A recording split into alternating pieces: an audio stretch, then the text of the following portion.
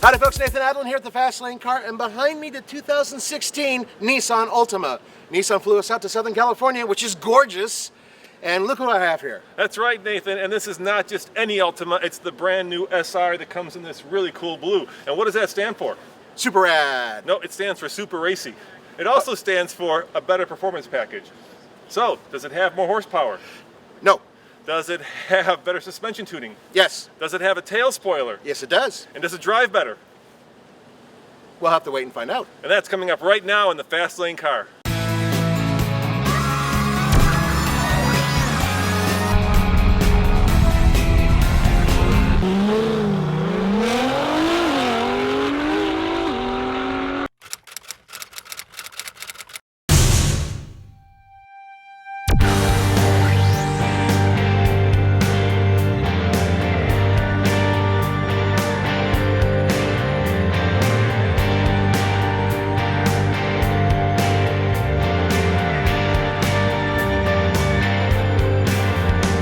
Check it out. 182 horsepower, 180 pound-feet of torque. This is a 2.5 liter four-cylinder engine. It's been revised. It actually has higher compression ratio, but there's also a 3.5 liter V6 that is available for the car, but is not available for us to test today.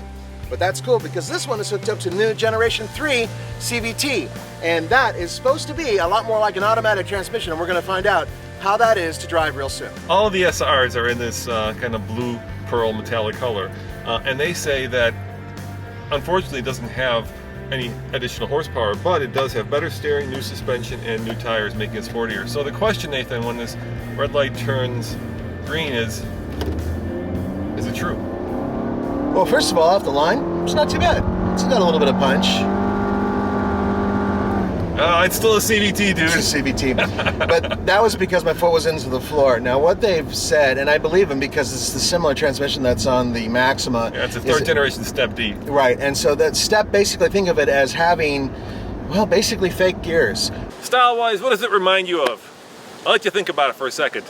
Did you say Murano and Maxima? Bing, bing, bing, that's right. It's got a very strong family resemblance, basically the same design language. Look at those headlights. Look at that grille. It's basically a baby Maxima, and you know what? It's out there, but it's not too far out there. I think this is a really handsome car, as is the Maxima and the Murano. Obviously, it looks like the baby brother of the Maxima now. The styling is much more reminiscent of the Murano and the Maxima family. What else is different about the car? So we've changed the front end appearance of the car. Everything from the 8 pillars forward has changed. It has new hood, new fenders, new front fascia. We've added the signature headlamps in the SR grade and the SL grade, and the V6s as well. Now, what does that mean, signature headlamps? It has LEDs that are running all the time. Got it. In addition, we've changed the rear deck lid, added the tail lamps integrate into the trunk as well. We've also changed the rear fascia of the vehicle. Interiors had some revisions as well, new materials on the inside, new cockpit change, and there's a little bit different gradation. So the SR gets a unique interior versus the base interior and the SL. Hey Nathan, check out this blue stitching. It seems to match the color of the car. What's it called? Well, the car's color is deep blue pearl. Isn't that nice? And it's the same color you can get on the Nissan Maxima and the GTR, which is kind of cool as well, but it's exclusive with the Altima on this one, the SR model. Now, on the interior, this is definitely one step higher than the old interior. They've redesigned it, but the size in the front, rear, and in the trunk, all the same.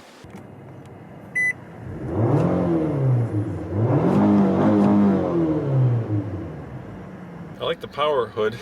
Yeah, you put a bump in the hood. Yeah, you put a bump in the hood. I like the way when you look forward you see this bump in the hood because it says to me this is a sportier car. Hey Nathan, let's see how you fit. Now you're sitting behind yourself. This is basically where you drive. That's right. Now, I am about 6'1" with my big boy shoes, close to 6'2" sometimes, but in this case, man. Now here's the cool part. This is really interesting. There's more legroom in this vehicle than a lot of the other Nissans that are considered bigger. Let me put it to you this way. It's actually more comfortable back here leg-wise than it is in the back of the Nissan Maxima. Well, there are kind of a few things that are exceptional about this. First and foremost, it's actually bigger than a Maxima, which is crazy. The interior space and trunk space on this vehicle is larger than a Maxima, which is crazy. And it's been that way for a little while. Even last generation's was bigger. Yeah, and of course, this is their volume leader. They sell about 350,000 units a year, so just behind Camry and Accord, right? Yeah. And so they're not going to mess with it very much. Of course, if you're an active lifestyle person, you can fold both seats in a almost like an 80-20 configuration, so you have access to the trunk. Nathan, how big is the trunk? Check this out. This is 15.9 cubic feet of space. That's considerable. And check this out. It's bigger than the Nissan Maxima's trunk. That's insane. Yeah, it feels like a very big car to be a true sports car. It feels very substantial, and that's the value equation that they're providing, right? They're providing you with a lot of car for your money. That is absolutely true. In fact, that's how I'd encapsulate this very vehicle, is that you get a lot of car for the money. Because this one is what, about 25? Yeah, exactly. Starts at 25. You know, you got to add in all the.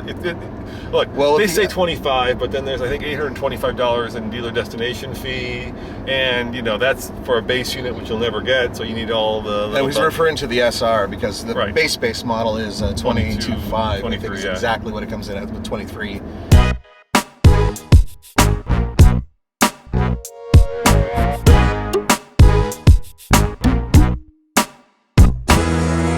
.26, that's the coefficient of drag on the new car. .28, well, that's this one because this is the SR model that it has fatter tires. How did they get to .26? Well, they did it by doing underbody aero. And check this out. This car, it has, look at a spoiler.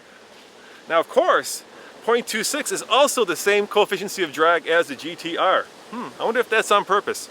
First of all, steering is a little better. Yeah? Yeah.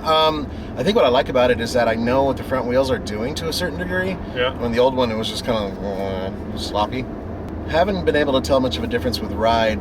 Noise is better, and that's because they have laminated glass right here, so that's kind of cool. Yeah, they spend a lot of time and effort on reducing the noise, vibration, and harshness. So this has been increased, the padding between the engine compartment and the passenger compartment.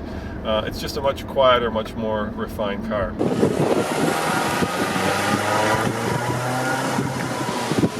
What do you add that Accord or Camry can't provide?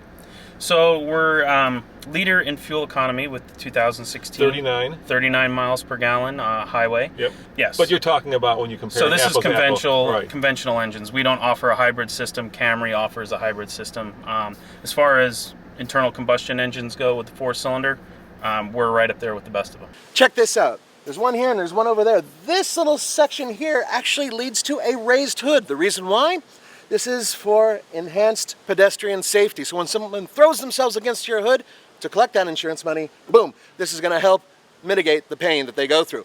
This actually is a crush zone right there, so it can crush a little bit. It's for their safety and it's good for your wallet.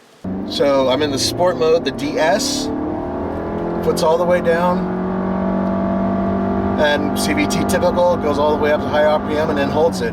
And we were holding it at 6,500 RPM, a little over 6,800 RPM is red line, I think, but really couldn't tell any real difference between the new and old transmission on that. There are paddle shifters, I really don't want to use them, but here we go. Try them, yeah. Try the paddle shifters.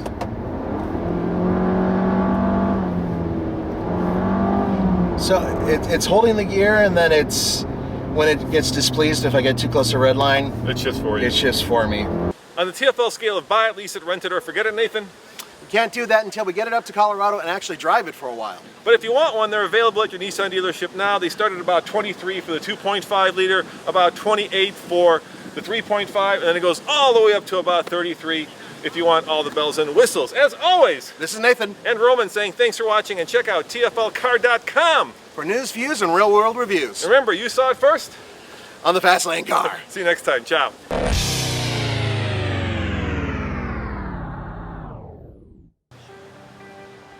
Hey guys, if you're interested in more reviews for 2016 vehicles, click on me and we'll bring you right to them because we got a lot. No, actually, Nathan, when they click on you, it's going to take you to a playlist of cats playing the piano. Cats playing piano, yeah, and girls in bikinis, I think that gets a lot of clicks too.